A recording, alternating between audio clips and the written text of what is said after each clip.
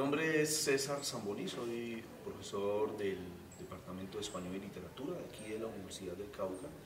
Mi formación en pregrado es licenciatura en Literatura y Lengua Española. Cursé una maestría en la Universidad Andina Simón Bolívar en Quito, universidad de la cual fui becario. Es una maestría en Estudios de la Cultura con mención en Literatura Hispanoamericana. Y dentro de mis exploraciones está pues, la relación de lo pedagógico con la literatura y sobre todo la pedagogía entendida como un campo de interacción social. Ese es mi hacer como profesional de la literatura. La transición que se da en la instalación o en el surgimiento de las repúblicas en América, en Sudamérica mejor, pues por supuesto que trae también una serie de cambios estructurales, pero también una serie de cambios ideológicos y unos aparatos ideológicos, y aquí es donde entra en juego el sistema escolar o el sistema educativo tal cual lo conocemos nosotros. El cambio pues es muy significativo, por supuesto. Hay allí dos ideas fundantes, ¿no?, en la escuela latinoamericana. Primero, se instaura ya, digamos, de manera definitiva una educación muy relacionada con ese matrimonio famoso que se llevó a cabo en el siglo XIX entre Iglesia y Estado, Iglesia Católica y Estado. Entonces es una educación para el hombre cívico, una educación cívitas y una educación religiosa. Desde ese punto de vista, como dos banderas fundamentales o pilares de lo que es la Constitución de la República, están los dos elementos. Antes del proyecto de los Estados-Nación, como se le conoce a este proceso también, pues es una educación más centrada sobre todo en los quehaceres domésticos, ¿no? Todavía muy medieval, si se quiere, ¿no?, con esto del trivium y el quadrivium, que tenía como eje fundamental el aprendizaje de algunas ciencias duras que se conocen hoy en día, y también con algunos artes y oficios. Por lo tanto, en el siglo XIX el cambio tenía que ser fundamental, porque la ideología de lo que es la nueva América o las naciones americanas necesitan entonces un respaldo ideológico y un hacer, por supuesto, en el sistema educativo de nuestras naciones.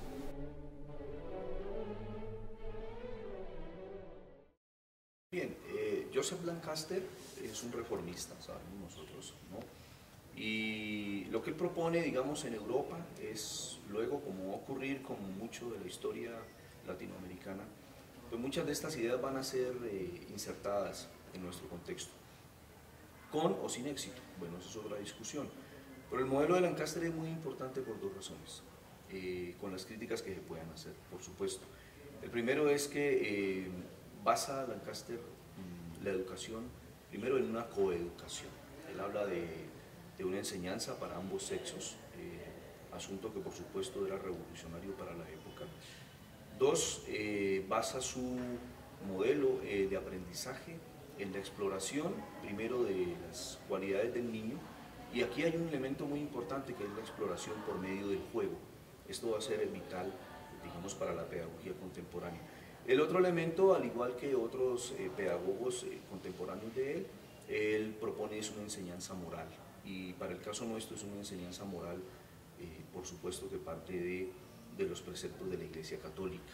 El otro elemento tiene que ver con el uso de la memoria, ¿no?, la memoria como, digamos, el fundamento del aprendizaje y de la enseñanza. Y esta memoria tiene que ver también con el aprendizaje y la memorización, por supuesto, de lo que significaba las nuevas repúblicas, los nuevos ciudadanos, que es un concepto, por supuesto, que nace o que está en esta época imperando, y Simón Bolívar, que conoce personalmente a Lancaster, por supuesto que implanta muchas de estas ideas, que para el contexto de la época eran unas ideas justamente liberales, aunque hoy ya para la pedagogía contemporánea pues se haga otra lectura. Entonces la importancia del modelo de Lancaster es fundamental, porque él propone primero, ¿no?, una adquisición de las primeras letras, de un desarrollo etáreo del conocimiento y acceso al conocimiento. Por lo tanto, no como sucedía hasta el siglo XVIII, que prácticamente los niños o los jóvenes eran que podían entrar a una edad de 13, 14 años a una forma de educación. Y lo otro es que esta forma de educación estaba dada por unos instructores, institutrices, por supuesto que casi siempre eran mujeres. en Europa. Luego del modelo de Lancaster, pues ya se propone es una educación pública también y una educación pensada en el desarrollo de los niños. Entonces ese elemento es muy importante y por supuesto que hoy en día todavía tiene su validez. ¿En qué consistía el modelo educativo de Pestalozzi? Bien, Pestalozzi es un pedagogo, creo que muere a los 81 años de edad, es muy importante en Europa y en América Latina por una razón. Primero él, al igual que Lancaster, propone desarrollar una coeducación, propone una educación para ambos sexos, para niños y niñas, propone una educación desde la primera infancia y un dato sumamente importante, es el primero que piensa en la educación preescolar, digámoslo así, o es el primero en pensar en la educación, lo que nosotros le conocemos como las guarderías o los jardines infantiles. Esto es muy importante, ¿no? Él habla además de las dimensiones de los niños, y entonces aquí ya desde la psicología cognitiva tenemos que empezar a rastrear cómo es que la necesidad de enseñar al niño a partir de la exploración del juego, asunto parecido con Lancaster, pero en el caso de Pestalozzi viene un elemento que es muy importante, ¿no? Además del uso de la memoria. Por supuesto que es un modelo basado también en la repetición, y en el modelo de Pestalozzi sí que es importante la educación moral.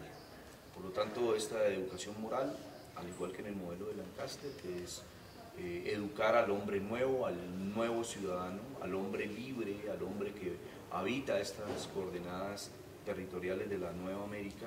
En el caso de Pestalozzi es muy importante porque allí sí que la moral va a jugar un papel importante. ¿En qué sentido? No importa, digamos, tanto para Pestalozzi los procesos mismos de la cognición, sino los procesos de la cognición en relación con su moralidad, con su ética.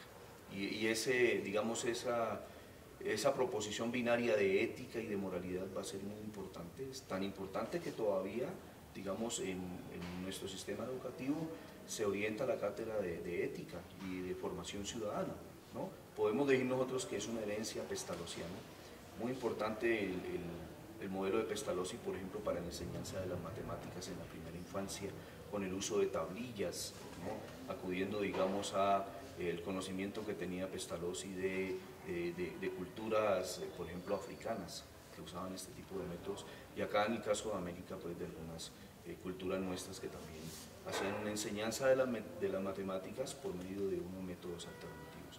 Eso, digamos, desde el punto de vista de la enseñanza-aprendizaje. El otro aporte de Pestalozzi es que él moderniza la educación, ¿no?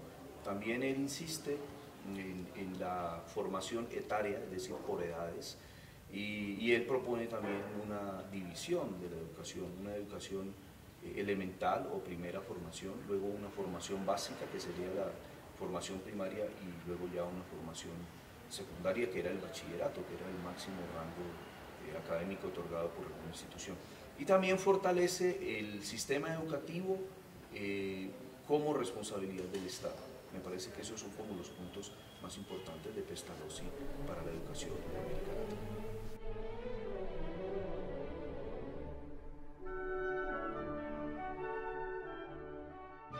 Estamos hablando del ciudadano del siglo XIX, ¿verdad? Entonces es muy fuerte, ¿no?